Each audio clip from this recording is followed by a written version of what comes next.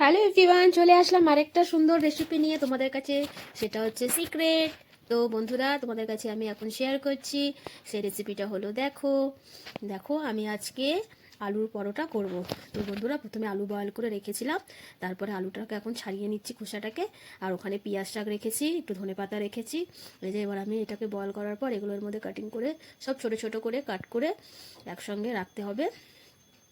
দেখো এবার আমি ধনেপাতা কুচি করছি, এবারে কাঁচা লঙ্কা দিলাম, একটু ঝাল হবে। তো বন্ধুরা দেখো, খুব সুন্দর একটা ডিশ এটা। এই ঠান্ডার সময় এই এই পরোটাটা খুবই ভালো লাগে খেতে। তো আলুটা ওর মধ্যে দেখো আমি একটু ম্যাশ করে নিচ্ছি। যতগুলো আলু রয়েছে যত ভালো করে ম্যাশ করবে তত আরও ভালো হবে। এখানে আমি গোলমরিচটাকে হালকা গরম করে তাওয়াতে তারপরে একটু ওটাকে গুঁড়ো করে নিচ্ছি, একটু স্পাইসি হবে। কড়ার মধ্যে তেল দিয়ে আর দেখো গোটা জিরে ফোড়ন দিয়ে দিলাম।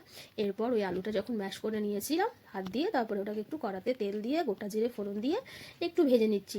যেহেতু একটু মাখা মাখা হবে, কারণ এরকম যদি আমি করতাম তাহলে একটু জল জল ভাবটা থাকে, যে সেই জন্য একটু কড়ার মধ্যে ভেজে নিলে একটু ড্রাই হয়ে যায়। তো ওটা ভালো, বেশ আটাটার মধ্যে ভরতে খুব ভালো হয়। তো এবার আমি দেখো গরম গোলমরিচ গুঁড়োটা দিয়ে দিলাম।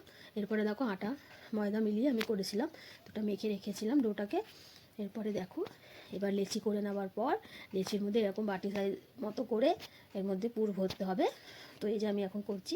অত ভালো পুরটা ভরতে আমি পারি না, যেরকম করা হয় আর কি ভালো করে ভরে আর কি রাখতে পারলাম, এটাই। খুব ভালো আমি ডিজাইন করে রাখতে পারি না, তাও যাই হোক, তাও হয়েছে। তো এবার আমি বানানো আমার শুরু। তো সব ভরে রাখলাম। তার সঙ্গে সঙ্গে আমার বড় ছিল, আমার একটু হেল্প করে দিচ্ছিল। কটা আমি ভরে রেখেছিলাম নিজে থেকে, তারপরে আমি এবার ওকে বললাম তুমি ভরো, এবার আমি একটু ভাজছি। তো বন্ধুরা দেখো আমার এখানে বানানো শুরু, এবার রেডি হয়ে গেছে। আমি এবার করছি পরোটাগুলো। তো সুন্দর, খুব টেস্টি হয় খেতে। এটা একটু লাল চায়ের সাথে যদি খাওয়া যায় আরও বেশি ভালো লাগে। তো আমি পরে লাল চাটা করেছিলাম। তো বন্ধুরা দেখো এবার ভালো করে তেল দিয়ে একটু আস্তে আস্তে করে সাইড দিয়ে পুরো চেপে চেপে লাল করে একটু ভাজতে লাগবে। তো দারুণ হয়েছিল বন্ধুরা।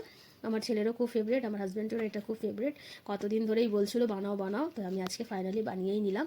তো তোমাদের কেমন লাগছে একটু আমাকে জানিও। এটাই সিক্রেট, আমার একটা রেসিপি ছিল তোমাদের কাছে, যে আমি বলেছিলাম যে আমি একটা আজকে রেসিপি কিছু বানাচ্ছি তোমাদের কাছে শেয়ার করব। তো সেটা আমি আজকেই দেখো বানিয়ে শেয়ার করে দিচ্ছি। তো তোমরা সবাই আমাকে জানিও কেমন লাগলো আর কেমন হয়েছে, আর কারা কারা খাবে আমার বাড়িতে চলে আসো। এরপরে এটা একটু ছোট ছোট করে আমার ছেলে বানিয়েছিল, যে মা তুমি এটা অল্প ছোট ছোট করে বানাও। তো দেখো ছোট ছোট করেও আমি একটু করে নিলাম। তো এটা দেখো ভালো লাগছে, একটা লিট্টি যেরকম হয় আর কি, লিট্টি সাইজের এটা বানিয়েছিলাম। তো আমার ছেলে দেখো পছন্দ করে এটা নিজেই ভরেছিল, নিজেই